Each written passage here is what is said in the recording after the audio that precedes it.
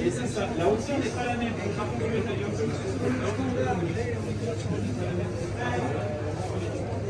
Alors, les rames de voitures Stratocross circulées en 1983 pour les dernières. Les toutes dernières.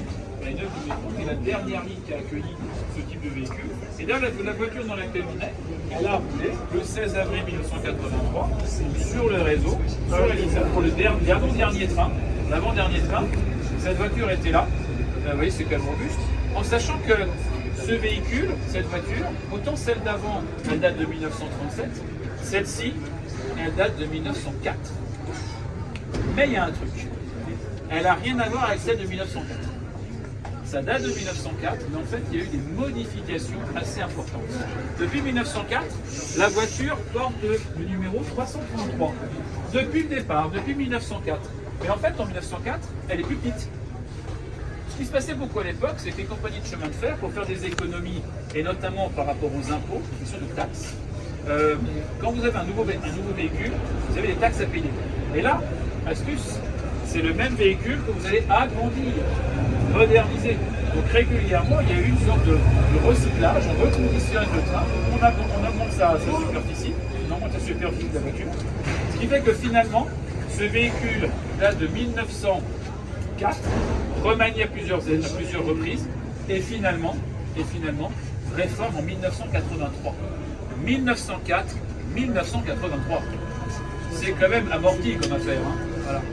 Et même, donc je vous parlais des rames Spratt-Thompson, hein, c'est les métros légendaires du métro de Paris. 1983, c'est la fin au transport de passagers du quotidien. Et la RATP a continué à utiliser ces trains-là, des locomotives, des motrices un peu remaniées, pour les trains de travaux jusqu'en 2012. C'est-à-dire qu'en 1983, c'est l'arrêt pour les passagers. Bon, c'était assez bruyant, hein, mais toujours, hein, quand il fait froid, il fait froid. 1983, c'est la fin pour le trafic passager, mais jusqu'en 2012, ces trains-là ont été utilisés pour les trains de travaux. Et vous verrez juste à côté le wagon plateau, qui est juste à côté. Là, vous avez le stand de l'association ADEMAS. Vous avez un certain nombre d'ouvrages que vous pouvez acheter sur l'histoire des transports à Paris et du métro. L'association ADEMAS qui restaure des rames de métro de ce type-là, notamment à Versailles. Et bien le wagon, vous allez voir le wagon plateau, il a 115 ans. C'est-à-dire que le châssis a 115 ans. Ça, à la base, ça sert pour des trains de voyageurs. Ensuite, dans les années 50-60, ça a été transformé en train de travaux. Et donc, c'est le même véhicule, à peu de choses près, qui a 115 ans. Vous voyez, l'argent public n'est pas gaspillé. Voilà. C'est plutôt utilisé au maximum. Voilà. Donc, 2800 voitures à peu près de ce type-là, qui ont donc été fabriquées pour le métro de Paris. Après la Seconde Guerre mondiale, ça c'est important, la première et la seconde classe, ça existe toujours, mais il n'y a plus de différence de confort. La différence, les trains sont les mêmes en première et en seconde, c'est pareil. La différence, c'est que comme vous êtes avec un ticket de première, vous avez payé plus cher, donc vous achetez la paix. Vous avez moins de monde. C'est pas comme à la SNCF aujourd'hui, vous pourrez avoir un billet de première classe et de seconde classe, il y a une différence de confort au niveau de l'assise. Là, dans le métro, à partir de la Seconde Guerre mondiale, la vraie différence, c'est pas les sièges, c'est les mêmes. C'est que vous avez donc un peu la paix. La ligne 9 du métro, elle fait 19 km. Aujourd'hui, il y a 37 stations. Si vous regardez sur le plan, il y a 38. Qu'est-ce qui s'est passé? Montparnasse n'est pas sur la ligne 9. Ça viendra peut-être un jour, on ne sait jamais. Saint-Martin. Ah, effectivement. Alors, il y a des stations pour changer de nom. J'entendais Montmartre quelques poussées. Rue Montmartre, à la base, et la station rue Montmartre, c'est devenu Grand Boulevard. Pourquoi ça a été rebaptisé? Ça a été rebaptisé il y a une bonne trentaine d'années. C'est à cause des touristes. Parce que vous arrivez à la station rue Montmartre, vous pensez que vous êtes à Montmartre. Ce qui n'est pas complètement le cas. Vous n'êtes pas à la butte de Montmartre. Vous pouvez aller à la butte de Montmartre depuis la rue Montmartre, et vous grimpez quand même, vous marchez 3 quarts d'heure à peu près. Donc la station a été rebaptisée pour les touristes. Et effectivement, il y a fait cette fameuse station Saint-Martin que certains ont vu là sur le plan. On est à République, et entre République et Strasbourg-Saint-Denis, il y a la station Saint-Martin. Ouais, et fermé. Le plan que vous avez ici montre la ligne en 1937, parce qu'elle est terminée. Effectivement, cette station Saint-Martin, aujourd'hui, n'est plus sur le plan. C'est quoi la station Saint-Martin? Parce que certains savent ce que c'est. Qu'est-ce que c'est que ça? Une station fantôme. Vous avez déjà vu les fantômes? Vous savez déjà vu des stations fantômes? Ah oui, sur Internet. C'est des fantômes virtuels. Voilà. Effectivement, à Paris, vous avez quelques stations qui sont faites. Alors en fait, c'est quoi la suite? La ligne 9 ouvre en 1937 avec ses 38 stations. 1939, c'est la guerre. Ça, on l'apprend pas. Septembre 39, donc il faut faire des économies. Beaucoup de personnel du métro partent en Allemagne faire la guerre. Ça se retrouve qu'il y a moins de personnel et il faut faire des économies d'énergie. Donc le réseau, en fait, va fonctionner un peu à minima. On va fermer énormément de stations et on va garder que ce qui est un peu stratégique. Au fur et à mesure du conflit, ça s'améliore beaucoup. On va rouvrir des stations. Mais après la Seconde Guerre mondiale, il y a plein de stations de métro, comme Saint-Martin, qui vont rester fermées. La RATP apparaît, nouveauté de la RATP, la RATP apparaît après la guerre. La RATP, en fait, l'entreprise publique nationale, va récupérer les autobus, le métro et le funiculaire de Montmartre, toujours au Loupiste. Et donc la RATP récupère tout ça. Et la difficulté avec la RATP, c'est qu'elle récupère l'ensemble de tout ça. Avant la Seconde Guerre mondiale, c'était concurrent. Le métro était géré par une compagnie privée, une compagnie Schweitzer Métropolitaine de Paris. Les transports de surface, les autobus, les tramways, ça va être tout ça est géré par une autre société privée. C'est pas les mêmes. Ça se concurrence. Le métro a été construit à partir de 1900. Ça a été fait en concurrence des transports de surface. En fait, à Paris, les stations de métro sont très rapprochées. En moyenne, 450 mètres. Sur la 9, c'est 530 mètres. Vous voyez, les stations de métro sont très rapprochées. Ça a été fait pour piquer des clients de la surface. Plus il y a d'arrêt, plus il y a de clients. C'est ça le truc qui est derrière. Après la guerre, il y a plus de problème. C'est la même boutique qui gère le sous-sol et la surface. On restructure le réseau bus à ce moment-là, on reconstruit. Mais que dit la RATP à ce moment-là? Toutes ces stations, finalement, elles même certaines utilité. C'est vraiment trop proche, on va restructurer les bus, finalement, il y a des stations qui se séparer. Et donc, vous avez plein de stations qui restent fermées. Dans le 16e arrondissement, Chartres-Lagache, on va rester fermé. Mabillon, c'est connu en jolie liste, c'est fermé. Varennes, c'est fermé. Bel Air, c'est fermé. Plein de stations fermées. Les gens, ils disent, attendez, j'habite cette journée de la station Mabillon. Avant la guerre, j'avais le métro. Okay, c'est la guerre, ça ferme. Depuis la fin de la guerre, j'ai plus de métro. Je peux faire quoi? Donc les gens écrivent. C'est étrange. Et puis en 1968, la RATP décide de rouvrir un dernier lot de stations, mais on décide que certaines stations, a priori, ne rouvriront jamais. Parce qu'on les considère vraiment trop proches d'autres stations. Et sauf s'il y a vraiment un élément nouveau qui justifie la réouverture, ça restera fermé. C'est le cas de la station Saint-Martin, fermée en 1939, pas ouverte, c'était après la guerre. Et en 1968, elle fait partie de ces stations dont on dit qu'elles n'ont plus la vie. Donc finalement, la station ferme en 1939 et n'a jamais été rouverte. Monsieur, je vivais à côté, j'ai pris la station Saint-Martin. Alors, elle était juste en haut de la rue de l'Ancry. Et j'étais pas né en 39. C'est Jacques Consergent peut-être. Non, Jacques Consergent est en descendant. En haut de la rue de l'Ancry, je l'ai prise. Alors, la station Saint-Martin, elle ferme en 39. Après la guerre, elle ne rouvre pas. Je l'ai prise, monsieur. Elle ne rouvre pas. Ça a été utilisé uniquement, je vais dire à quoi ça a servi. C'était pour un salon publicitaire que la RATP a. Vérifiez vos sources, je n'ai pas l'intention de vous critiquer, mais j'habitais à rue du Château d'Eau, la rue de l'Ancry on montait, et elle était mieux que Jacques Consergent, parce qu'il y avait des changements, s'il n'y avait pas Jacques Consergent, et après on a pris Jacques Consergent. Ça a dû arrêter, je devais avoir 7-8 ans. Alors c'était en quelle année? Donc comme j'en ai 60 et quelques, ça devait être dans les années, fin des années 60. Je peux même vous dire comment elle était la station. La grille, quand on montait, il y a un immeuble de Crédit Lyonnais, la grille était juste sur le côté de la place qui maintenant a été mise à plat. Je me rappelle. J'entends bien, mais en tout cas la station à cette époque-là elle est fermée. Impossible. Monsieur, elle a été goudronnée, je peux vous dire où est devant le Crédit Lyonnais, il y a un grand trottoir goudronné, et là était l'entrée. En tout cas, à la station Saint-Martin, elle est restée fermée. Elle a servi 49-50. Monsieur, je la prenais. Non, je ne vais pas polémiquer. Mais j'y étais, vous n'y étiez pas, je peux vous dire, elle était ouverte. Très bien, ben c'est noté. En tout cas, la station Saint-Martin fait partie de ces stations qui sont aujourd'hui fermées. Et a priori, elle est jugée trop proche de Strasbourg-Saint-Denis. C'est pour ça qu'effectivement, elle n'a pas été au final conservée. Et vous avez d'autres stations de ce type-là, notamment la station Arsenal, entre Quai de la Râpée et Bastille, ligne 5. Vous avez aussi là sur la ligne 10, vous avez entre Croix-Rouge, la station Croix-Rouge entre Sèvres-Vélode et Mabillon. La station Champ de Mars, entre la Motte-Piquet-Grenelle et École Militaire. Et vous avez aussi, alors une station comme Axo, c'est un peu différent. Axo, elle n'a jamais été ouverte. C'est comme Port Molitor, c'est un peu le même principe. La station Port Molitor et la station Axo ont été construites à une certaine époque par la ville de Paris, mais finalement, les projets n'ont jamais été jusqu'au bout. Voilà. Pour la station Axo, ça devait servir pour la ligne 7 du métro. Finalement, ça n'a jamais été utilisé pour la ligne 7 du métro, après la Première Guerre mondiale. Donc, ça fait partie de ces quelques stations qui sont fermées. Vous avez aussi la station Invalides, par exemple.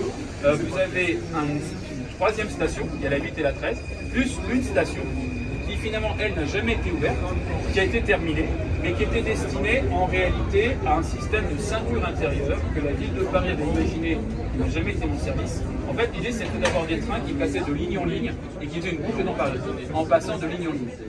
Au final, tout ça n'a jamais été complètement terminé.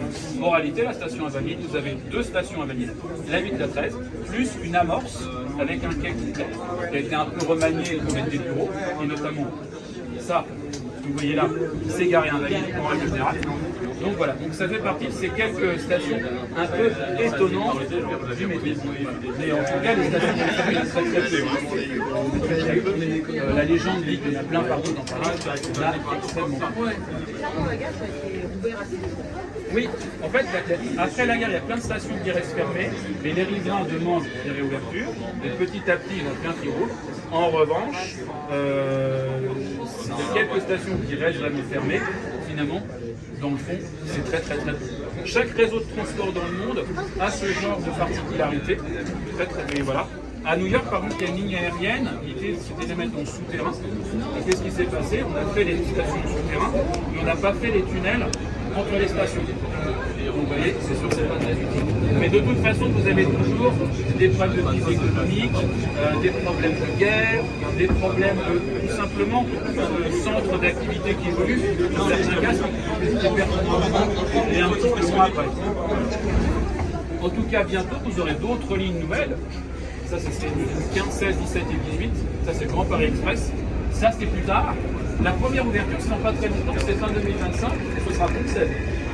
La gare sud, Bruxelles et Noisy-Champs. Vous aurez une toute ligne qui sera super. C'est la RATP qui va entretenir la ligne. Après, c'est PFL qui est exploitant. Ça, c'est quelque chose qui n'est pas encore déterminé. Mais en tout cas, l'entretien d'exploitation technique, on va dire, ce sera la RATP.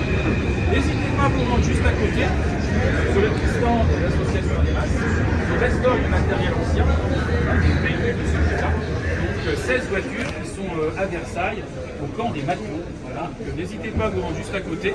Et puis, si vous avez d'autres questions, n'hésitez pas. Voilà. Et puis, bonne fin d'après-midi. Oui. Pour les priorités. Oui. Merci à vous. Oui, absolument. Oui, c'est ça. Aujourd'hui, vous avez encore sur certaines lignes. Et souvent, c'était sur la ligne que je me rappelle que j'avais choisi. Ça là. On va arriver là.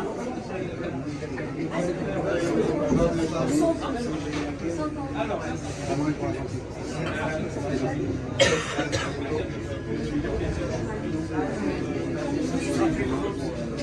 n'y avait pas la crème à l'époque, non? C'est 50 ans, 100 ans. Ça se trouve, la ligne, elle est fermée aussi.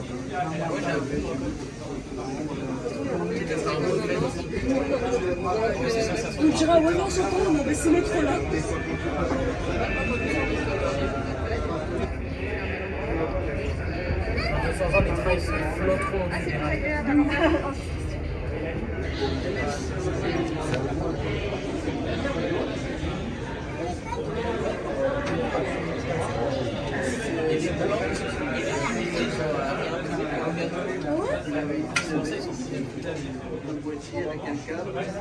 Parce que les blancs, ceux-là, ils seront morts. Hein. Après, ouais.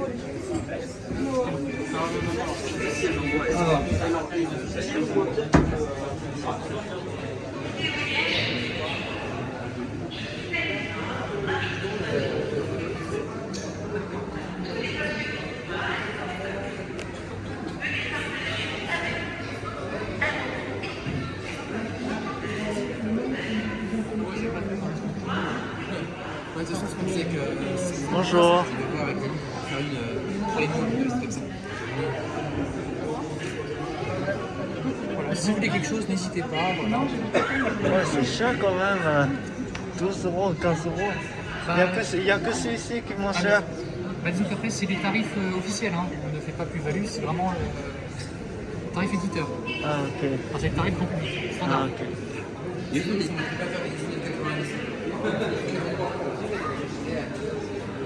Oui, bien sûr. Soit après, soit vous l'écoutez tout de suite, c'est comme acheter. Disons qu'en tout cas, si vous achetez chez nous, vous pouvez restaurer ce type de voiture. Oui, tout à fait. Voilà.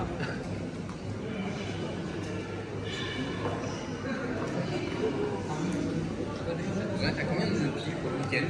J'en ai pris 60 piles, ah ouais. j'ai acheté des packs de l'eau.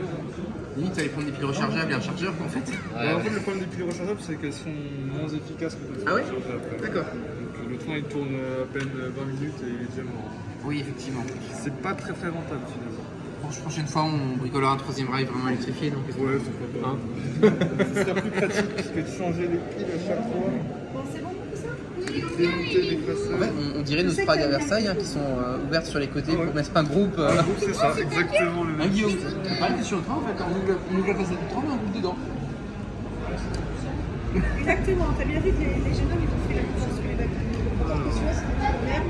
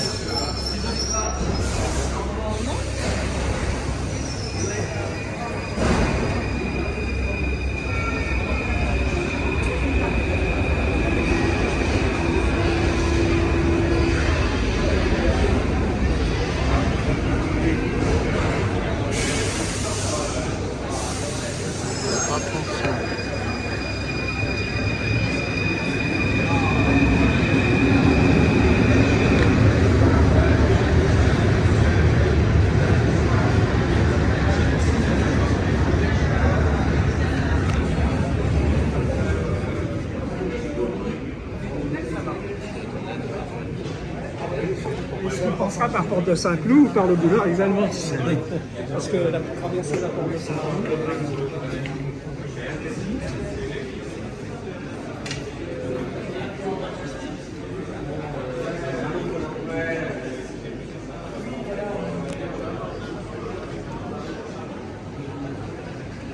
Ah, c'est la première classe.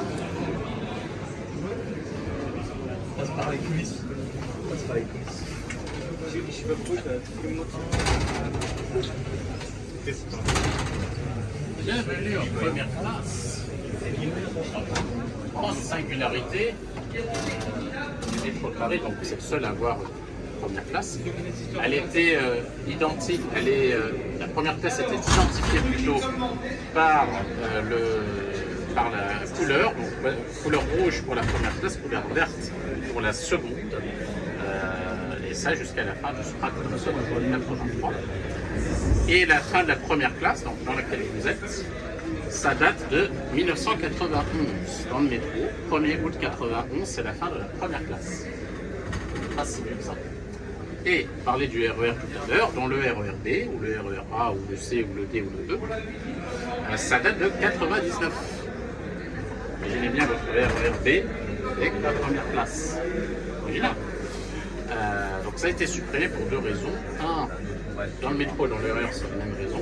La première raison, c'est que la différence de confort était devenue très limitée entre la première et la deuxième classe. Autant ici, elle est très distincte entre le siège en bois et le siège en cuir. Autant dans les matériels contemporains d'après-guerre, la différence était quasi inexistante. Et il s'avère, en plus de ce sujet de confort, il y a le sujet de fréquentation, qui fait qu'en fait, il y avait de plus en plus de monde dans les 80-90 de transport, il n'y avait plus aucune raison de maintenir un réseau de transport à deux vitesses avec une première classe vide, grosso modo, qui était plus cher et qui était vide, face à une augmentation de transport, de fréquentation assez élevée. La première classe, principale différence, c'est le confort. Le prix aussi, c'était un peu plus cher. Et dans un train comme celui-ci à l'époque, vous aviez un conducteur pour lequel vous allez pouvoir visiter la loge de conduite juste après. Un conducteur, un chef de train qui avait pour mission de fermer les portes. Et puis, en première classe, vous aviez également une troisième personne qui était chargée de contrôler les billets en première classe. Parce qu'il y avait de la fraude. On dit oui, maintenant il y a plus de fraude qu'avant. Il y avait déjà de la fraude à l'époque. Donc il y avait 3 personnes, potentiellement par train, au moins, qui assuraient le fonctionnement d'un train de ce type. Chose étonnante aussi pour ces trains, la fermeture des portes est automatique, mais l'ouverture est manuelle. Et ce qui est assez étonnant au regard de ce qu'on connaît aujourd'hui, c'est qu'on pouvait rouler avec ces trains avec les portes ouvertes. Ça ne rentre pas, même un train complet comme ça, vous rentrez plus dans le train. S'il y a quelqu'un qui a chaud, vous ouvrez la porte et vous prenez l'air du métro. C'est assez étonnant, mais ça existait dans le métro, également pour la SNCF. Vous avez peut-être connu les petits gris petits trains en inox, assez inoxydable de la SNCF sur la banlieue nord ou la banlieue est. Ce sont des, sur le RERC, je crois, en 2003. C'était les trains où vous pouviez rouler porte ouverte. C'est paraît fou aujourd'hui. Il y a les TGV porte ouverte, courage. Donc voilà, tout ça a évolué avec le temps, c'est normal. Avez-vous des questions jusqu'à maintenant? Des éclaircies éventuellement.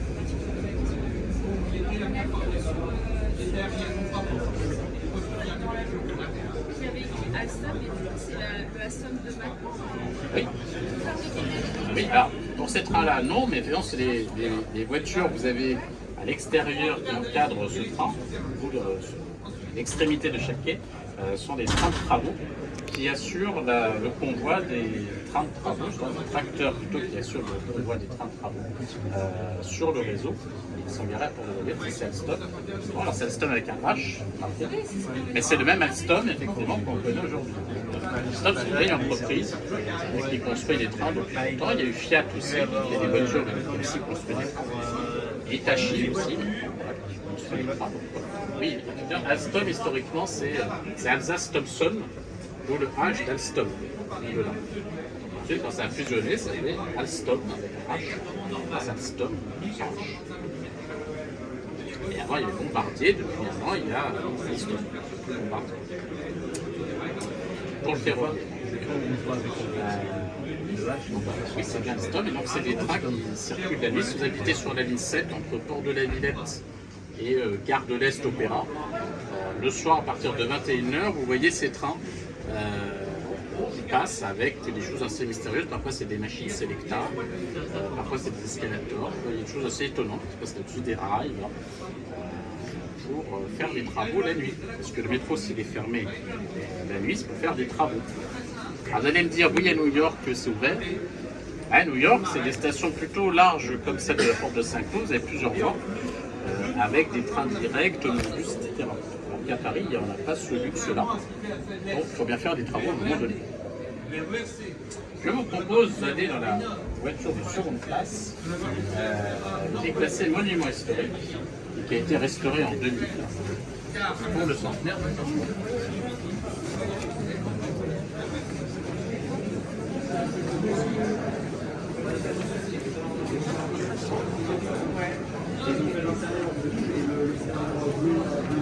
C'est vraiment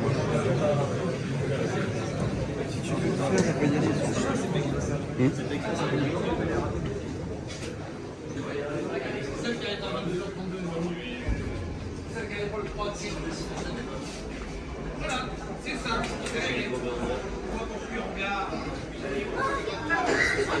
regarde, c'est la première classe. Je prends une photo. Oui, tu peux passer en machine. T'inquiète pas, on va t'attendre d'y aller. Première classe, on dirait 10e classe.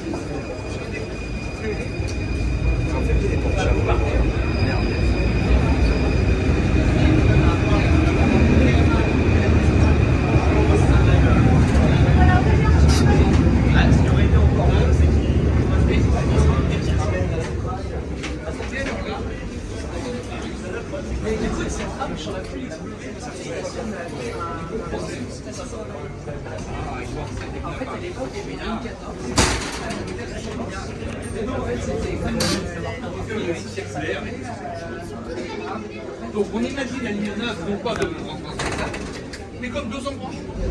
Un embranchement ouest, un embranchement est.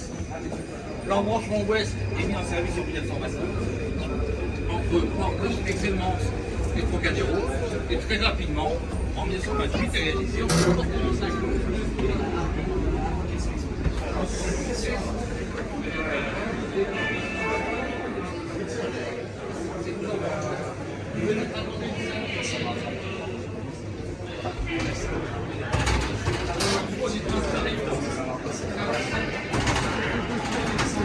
D'accord.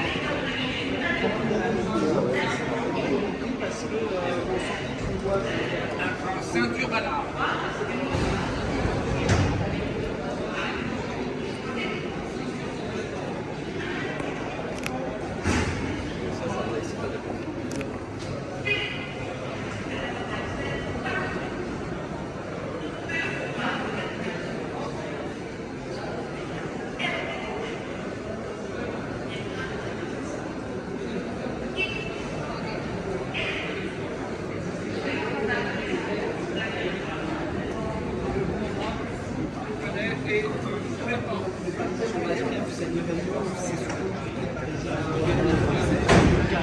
Les gens viennent pas.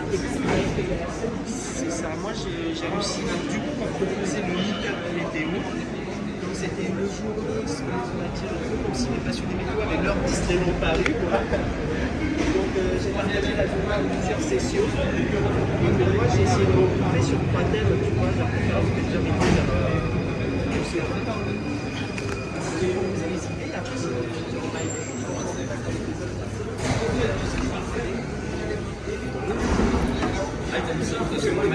c'est une reproduction. Il n'a pas dit reproduction, il a dit c'est les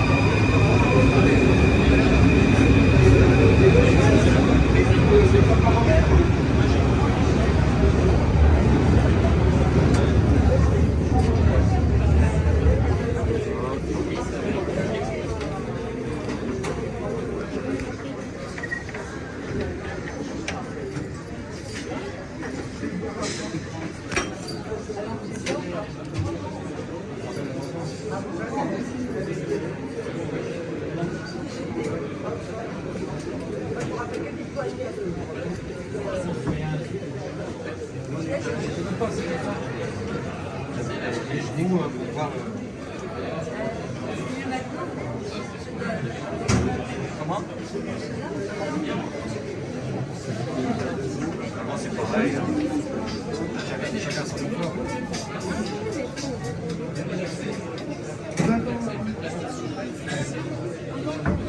Allô?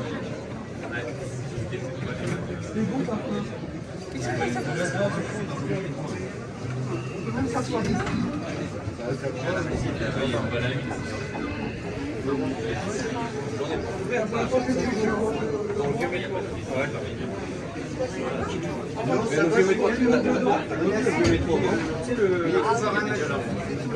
Le métro était vert et la première classe était rouge. Voilà, je suis dedans. Ça me rappelle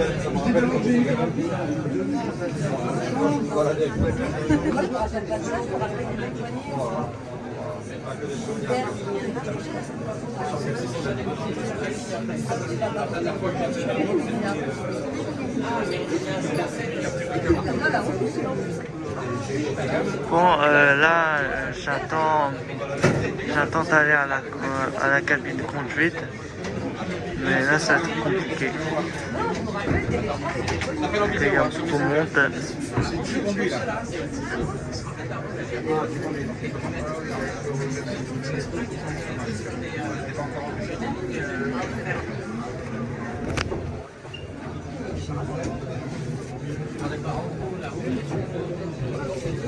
Ah oui, c'est électrique.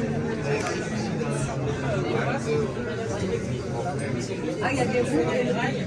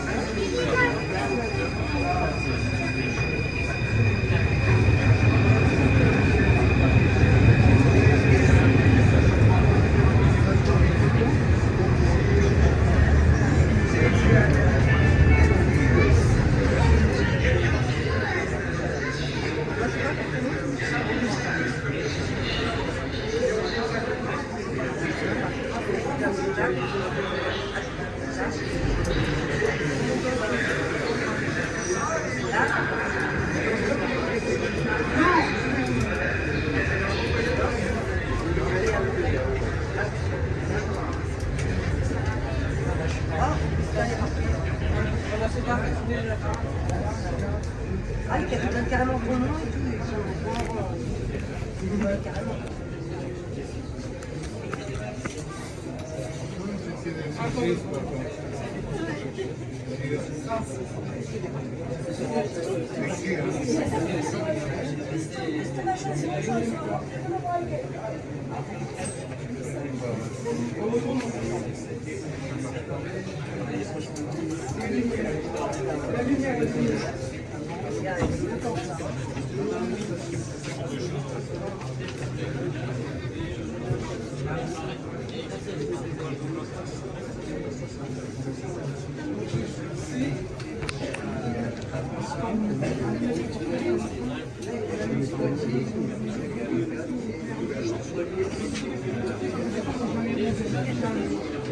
Sauf Saint-Martin, qui a voté la permis.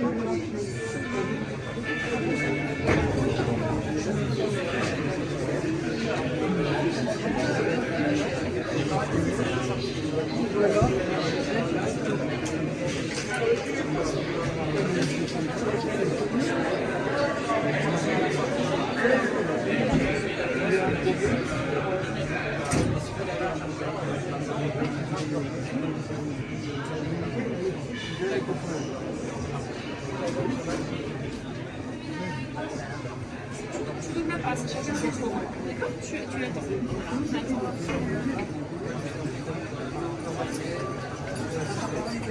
En fait, j'étais là, en fait.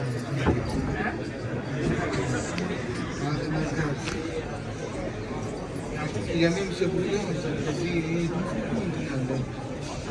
mais il a discuté avec le gouvernement.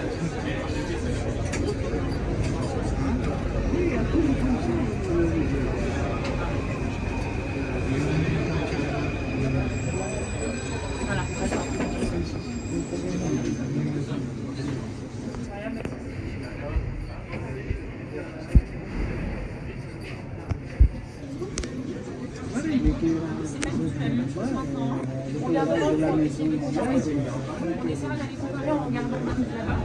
On regardera dans la même ligne, ça va être une liste. Et t'as vu, les dessins sont allés. Elle est où, Justine? Elle va avec son père ou son grand-père. Les cheveux, elle a suivi.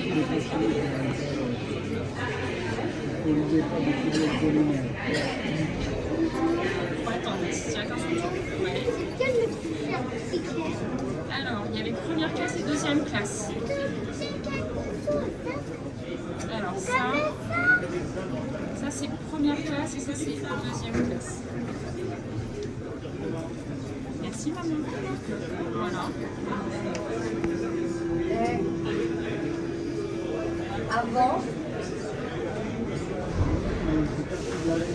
Avant, Laetitia beaucoup plus, je ne sais pas si on ira dans la station dans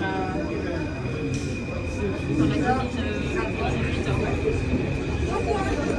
Oh, c'était grave. Eh, mais moi, je me suis foutu dans le train, laisse tomber. Pardon. Oh, c'est trop bien.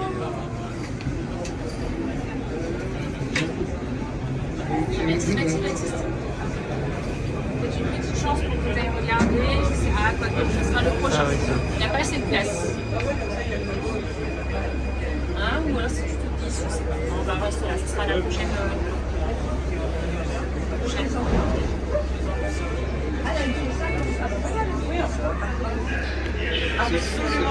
également.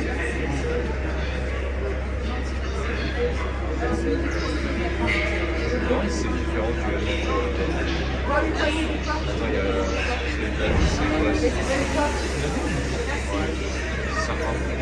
LP 59, c'est là.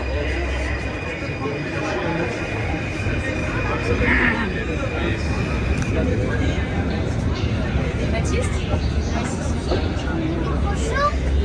Attends, tu veux t'asseoir, je te prends en photo? Est-ce que tu veux que je te prenne en photo? Vas-y, assieds-toi. Non, ici. C'est pas logique. Attends, je vais faire l'emporter. C'est quoi? Tu vas ça? Tu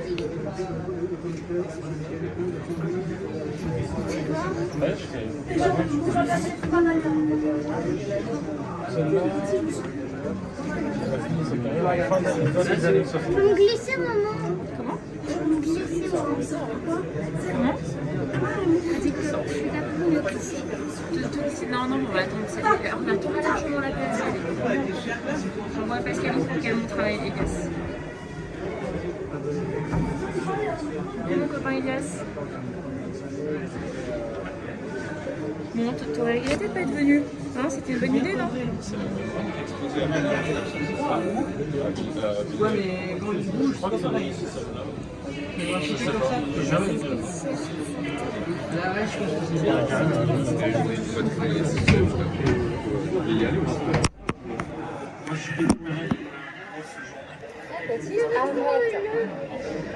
Arrête de toucher avec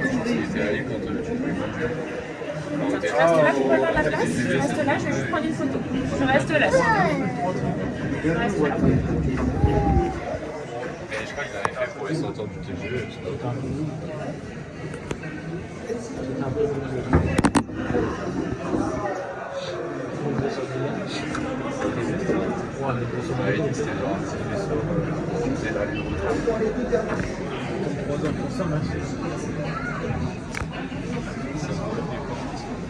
Regarde, on prend des photos. Regarde, des photos aussi, Elias.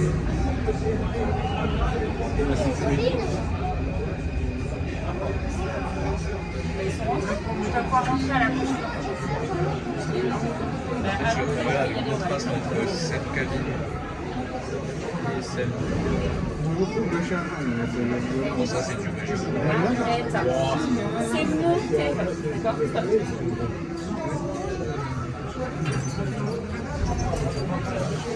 D'accord, stop.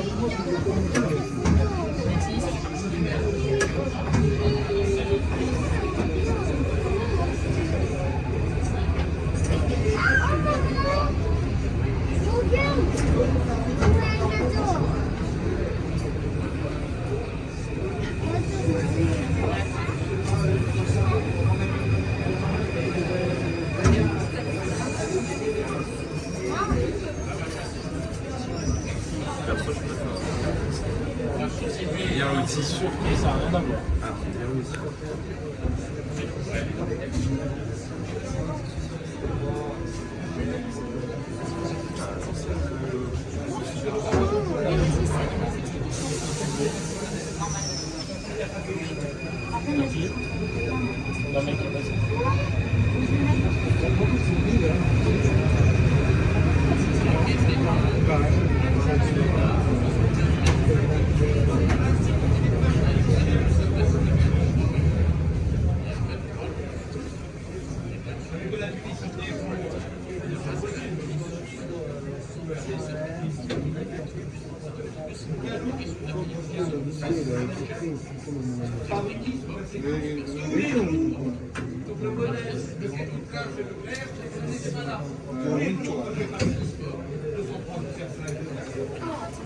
Ah, souris.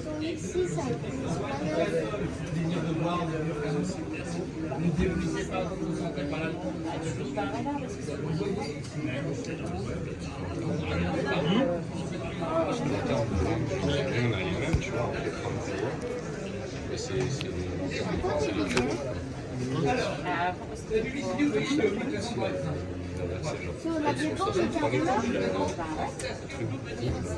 Oui, mais alors tu peux mettre un flash devant.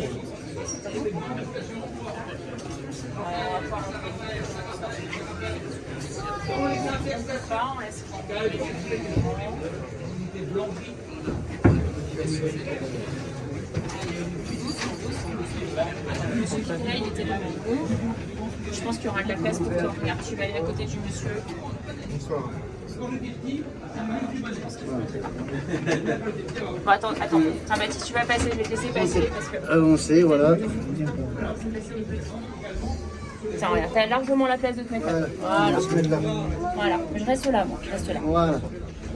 Voilà. Écoute, mon chat. Vous êtes dans une motrice de type Sprague Thompson qui, pour l'historique,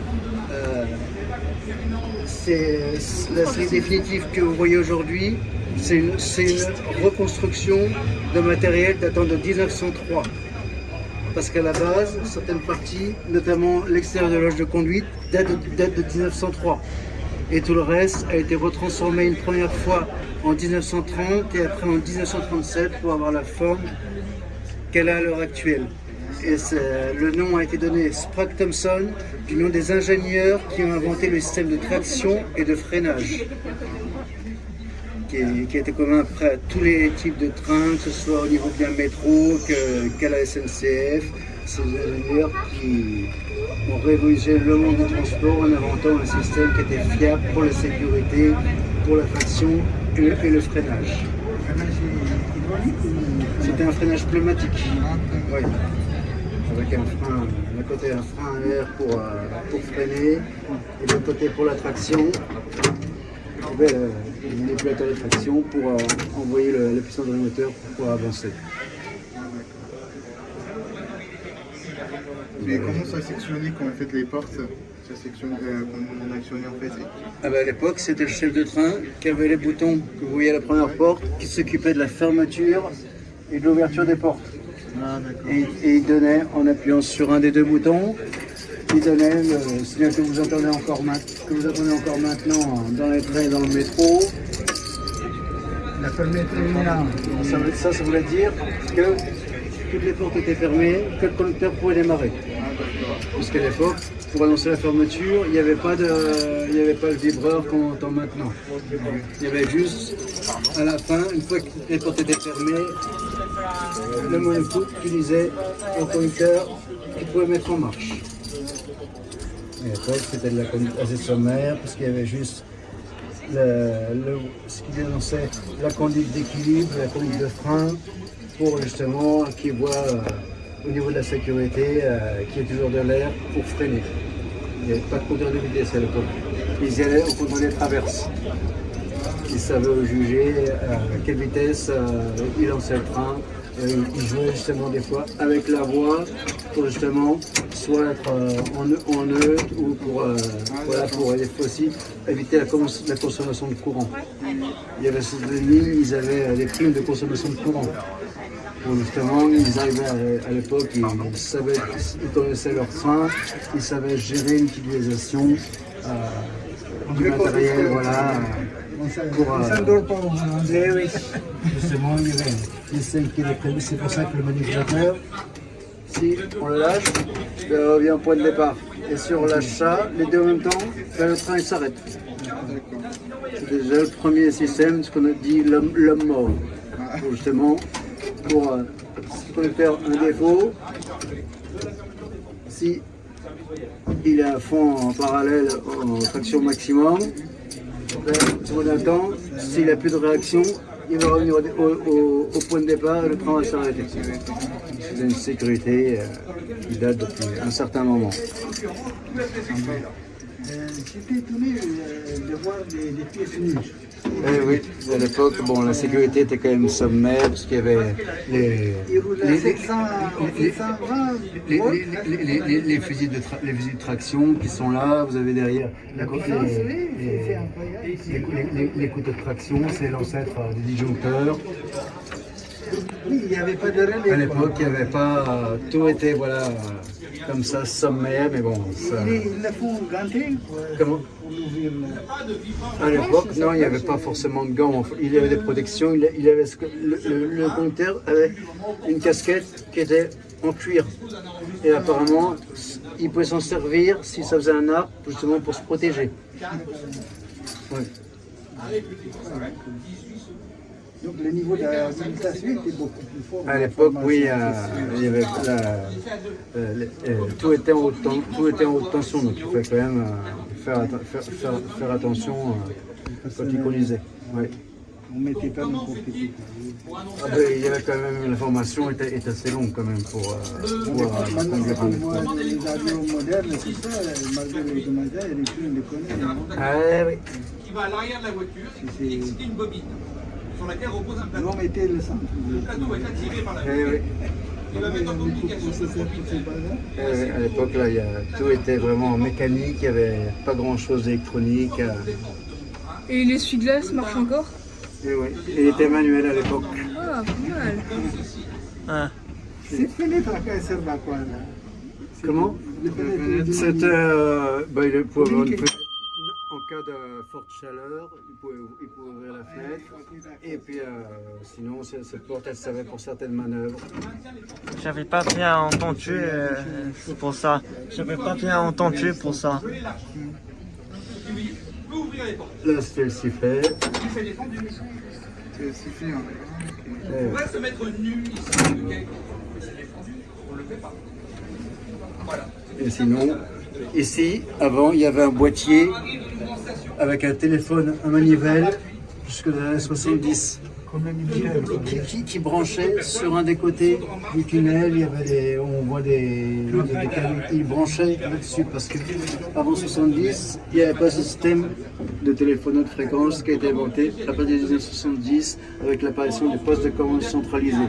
Donc du coup, tout maintenant est géré depuis le poste de commande, alors qu'avant c'était chaque ligne, souvent dans certaines stations, les stations qui géraient la ligne de station en station.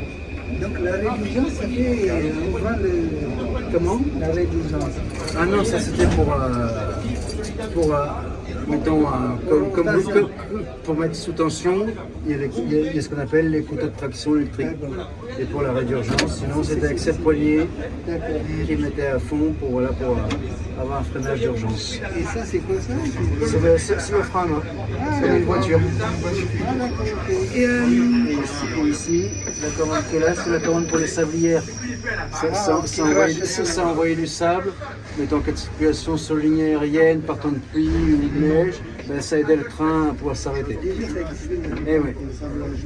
Eh oui. Et le sablage, ça existe encore sur les voitures, oui, c'est celle qui s'appelle l'ABS maintenant. Sur le rang de moi j'ai travaillé sur le métro, il n'y a pas la ligne A. Oui. Il y a encore écrit c'est sable. Oui, sur le même ceux-là, ils ont encore oui, le système de sablière, même ces rames-là. La région, avec les il y a toujours ça, sur tous les trains, il y a toujours le système d'envoyer du sable pour aider à un certain moment pour éviter les défaillances de freinage. Et le conducteur, il faisait vraiment tout, genre, à part fermer les portes, il gérait tout. Il s'occupait juste de la conduite du train. Et du dépannage sommaire au cas où s'il avait besoin. Tout le reste, c'était le chef de train qui était derrière, qui avait les boutons pour fermer. Est-ce que tu peux mettre ça discrètement à côté de la caisse à outils avant?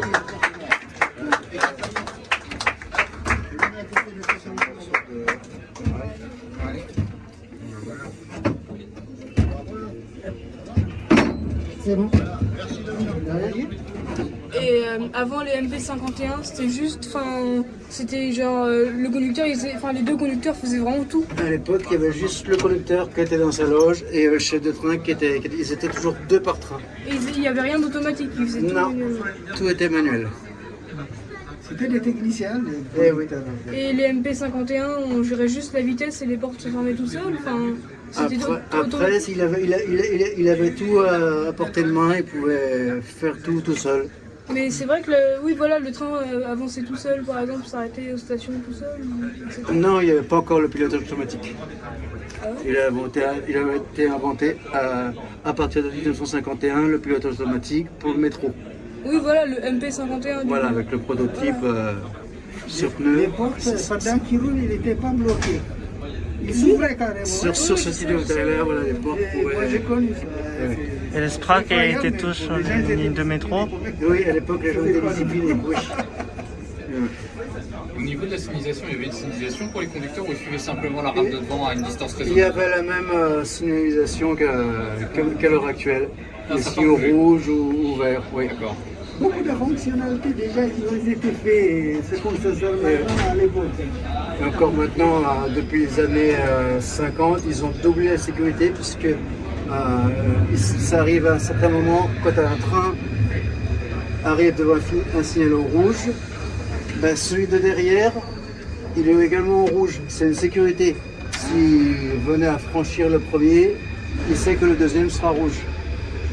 Un train, maintenant, est protégé par deux signaux qui seront rouges. Du coup, c'est pas le même fonctionnement qu'au tout début. Ça a un petit peu changé puisqu'ils ont augmenté les mesures de sécurité justement pour éviter les incidents. Moi, j'étais étonné une fois, il y avait des travaux. Il y avait des voiries, la palace Robert, il était posté là. Oui. Il y a eu deux trains qui sont entrés en même temps dans le gare. Les chefs de service, il était au mariage, il est venu en tenue de mariage. C'est incroyable, hein. Il compare l'information elle-même jusqu'à chez lui. Quoi. Il pèse plutôt, il est lourd. Comparé au rame moderne, oui, il est beaucoup plus lourd. Pour vous dire, une rame complète de 5 voitures de ce type-là, ça pèse à peu près, si je ne me trompe pas, 800 tonnes. Entre une rame à côté qui va peser 500 tonnes. Parce que c'est un mélange vraiment bois et métal. Donc là maintenant c'est plus de l'aluminium, il y a quelques structures encore métalliques, mais c'est un mélange métallique et Pourquoi on ne fait pas rouler des rames comme ça? Ah bah pour le moment, c'était c'est très bien, jusqu'en 2008, il y avait occasionnellement une rame qui circulait, mais il y a eu quelques soucis avec et depuis, elle est interdite de circulation. Peut-être dans un futur proche, elle pourra à nouveau rerouler occasionnellement, mais bon, ça c'est... on peut pas décider. Voilà. C'est tout, donc c'est bien, c'est bien. Donc il est utilisé aussi pour les travaux. Comment? Il est utilisé pour les travaux. Cela, non, c'était uniquement voyageurs. Mais il y en a eu des motrices plus anciennes qui datent de 1908, qui avaient été transformées dans les années 50 pour pouvoir former des trains, un train avec deux loges de conduite, deux cabines de conduite, ou avec juste un wagon plateau derrière pour les travaux. Et ces rames-là quand même de travaux ont roulé quand même, elles ont commencé en 1908 et ça s'est arrêté en 2008. Ça c'est les distributeurs climatiques, c'est ça en fait? Ça c'était des boîtiers pour justement de relais pour les contacteurs. Ah d'accord. Et qui étaient en relais avec les inverseurs. Ça c'est les inverseurs. Ah ok d'accord. Et avec les compresseurs qui sont sur les côtés des bogies. Donc il chauffait ici quoi? Non, ça chauffait pas trop, ça fait surtout beaucoup de bruit. Et l'éclairage ici, qu'est-ce que c'est? C'était pour les différents modes de conduite, parce que pour la conduite, le démarrage se faisait en série, donc la lampe, c'était une lampe rouge qui s'allumait, le passage, parce que c'était au cran par cran, passage en mode série parallèle, les deux lampes étaient allumées, et à fond, en marche parallèle, la lampe violette était seulement allumée, et le conducteur le voyait se refléter, il savait quel mode de conduite, et justement il dosait avec son train justement pour pouvoir essayer Il démarre en série, après il passe il démarre en série, après il passe, ça faisait un couplage série parallèle, et après parallèle à fond pour avoir le maximum de puissance, et tout ça au cran par cran. Moi j'ai fait de l'électricité. Avec locomotive chez Alstom, mais c'est rien à voir avec. Et oui, c'est autre chose. Beaucoup sont automatisés et oui. On les voit plus. C'est comme l'avion, juste l'informatique. C'est à quoi ça en fait? Merci beaucoup. Hein. Merci beaucoup. Merci. Ouais, merci. Pardon, excusez-moi, je vais passer là, pardon.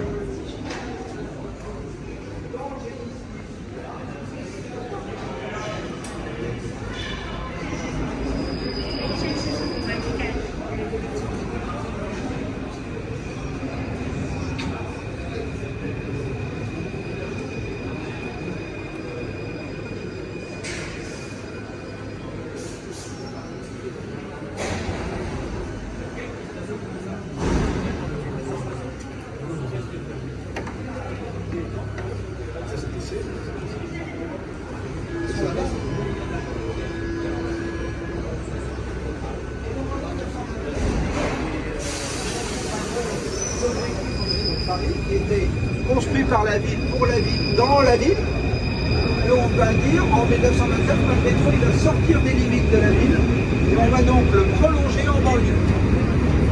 C'est un choix, c'est une nouveauté très importante et le premier endroit de notre réseau où ce prolongement est réalisé, c'est entre Porte de Saint-Cloud et Pont-de-Sèvres, le 3 février 1934, où pour la première fois, le métro est prolongé en banlieue et c'est un événement d'une portée symbolique exceptionnelle. On en parle, c'est un événement. D'ailleurs, à tel point qu'on voit venir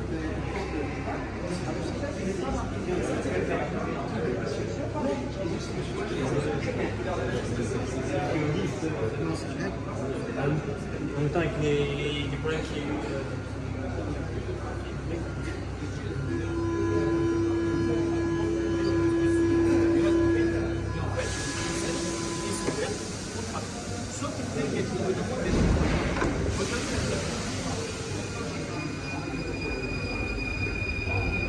Bon, je vais vous laisser, je vais en profiter de ce matériel Spraque tronçon.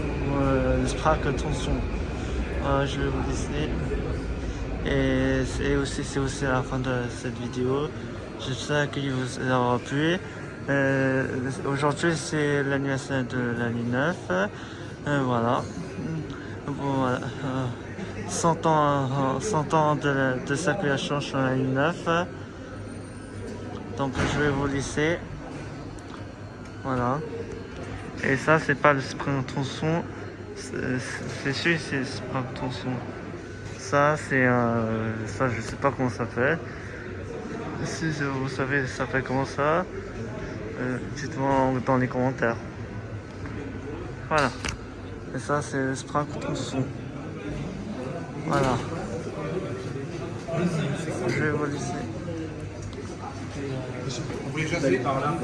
Ah bon? Et avant de vous laisser aussi,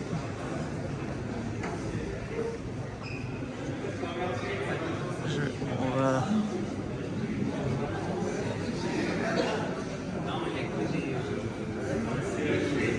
Voilà. Je vais filmer ici là. Et je vous laisse.